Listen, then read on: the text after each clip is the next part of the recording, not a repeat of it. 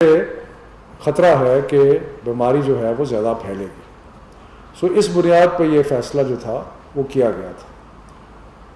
اب کوشچن تھا کہ اگر ہم امتحان نہیں لے رہے تو بچوں کا سال تو ضائع نہیں کرنا، تو اب کس طریقے سے ایسا فارمولا بنایا جائے جس سے بچوں کا سال بھی نہ ضائع ہو اور پڑھائی بھی جاری رہ سکے.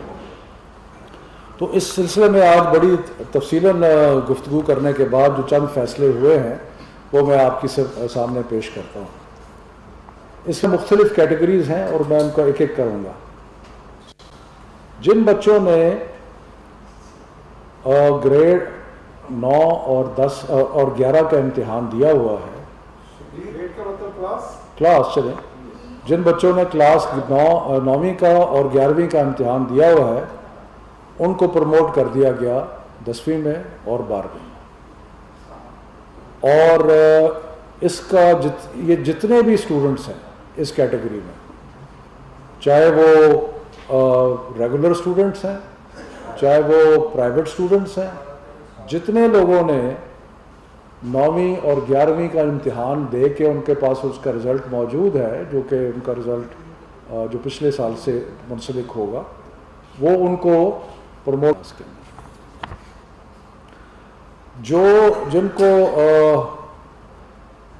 جو پروموٹ ہو چکے ہیں، جو اس طرح پروموٹ ہوں گے 10ویں اور 12ویں میں، وہ اگلے سال کمپوزٹ امتحان نہیں دیں گے، وہ صرف 10ویں کا اور 12ویں کا امتحان دیں گے. یہ اس لیے میں ایکسپلین کر رہا ہوں کیونکہ ایک فیلنگ شروع میں یہ تھی کہ اگر لوگ 9ویں سے 10ویں پروموٹ ہو جاتے ہیں اور 9ویں کا امتحان جو ہے وہ نہیں دیا تو اس کو کمپوزٹ ایگزام دیں. ایسے نہیں ہوا، وہ کمپوزٹ ایگزام نہیں دیں گے، وہ 12ویں کا 10ویں کا امتحان دیں گے اور 12ویں کا امتحان دیں گے، اور اس امتحان کی بنیاد پہ ان کے جو پچھلے سال کے نمبر ہیں وہ کیلکولیٹ کر لیے جائیں.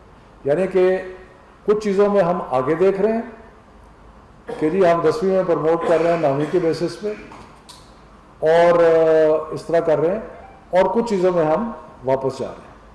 ٹھیک ہے.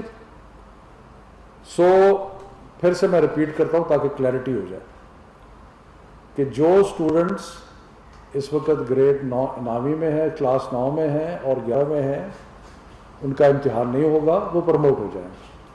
سو 9ویں کا اور 11ویں کا امتحان نہیں ہوگا، وہ پروموٹ ہو گئے، اور وہ اگلے سال جب وہ اپنے 10ویں کا اور 12ویں کا امتحان دیں گے تو اس کا جو رزلٹ ہے اس کی بنیاد پہ جو 9ویں کا اور 11ویں کا امتحان ہے وہ کیلکولیٹ کر سکتے. کلیئر ہو گیا جی؟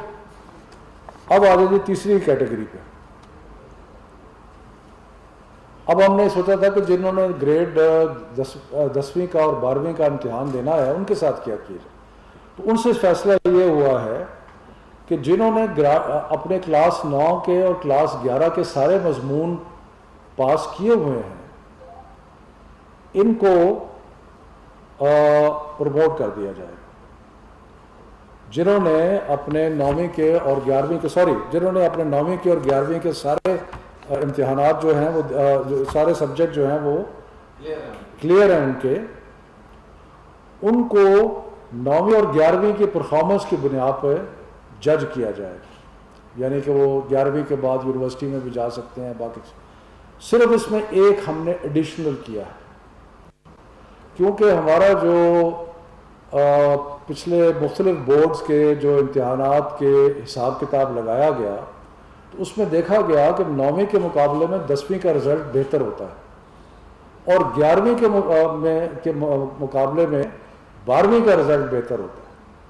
تو اس لیے ہمیں وہ ایک پورا اسٹیٹسٹیکل فارمولا اپلائی کر کے اور اس میں یہ فیصلہ کیا گیا کہ جن کو 9ویں اور 11ویں کی بنیاد پہ پروموٹ کیا جا رہا ہے ان کے نمبروں میں 3% اضافہ کر دیا جائے. اور یہ جو 3% اضافہ ہے یہ پرانے امتحانات کے سارے جو حساب کتاب لگا کے اس میں دیکھا گیا کہ یہ 3% اضافہ جو ہے یہ کنسسٹنٹ ہے اسٹیٹسٹک